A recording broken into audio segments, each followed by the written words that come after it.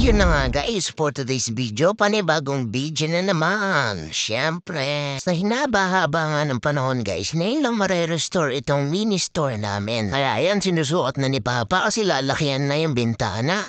Medyo mainit din kasi, so kapag lumaki na yung bintana, mas maraming hangin yung papasok. That is based on my calculation. Baka triggered na scientist yan. Tapos si Jay yan pasilip-silip lang, naka-shades pa. Ginagaya niya ako guys, idol niya daw ako. Tapos ayan, tinibag na namin yung nasa labas. And then sinunod na namin na tanggalin yung mga low blocks or mga bato dyan sa bubong kasi kapag bumabagyo dati guys yan. Nililipad dyan kaya yung hira, di ba?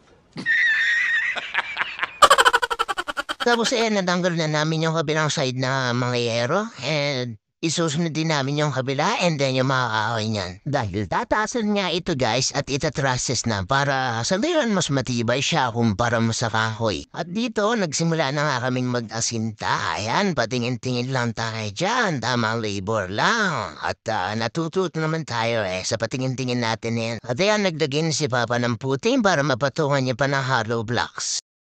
At dito, ayan, napatuwa na hollow blocks, no? Dalawang hollow blocks yung pinato natin. And bali isang uwi na lang ng bubong yung ginawa.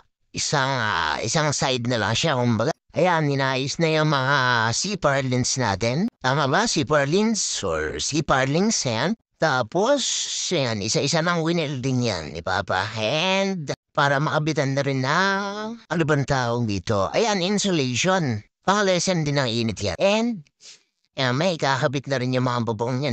Isang kabit na isolation, isang kabit ng bubong para maayos. And ito yung kinalabasan niya, guys. Hindi naman siya perfect talaga. Pero pwede na, di ba? Hindi na mainit yung tindahan. Alright!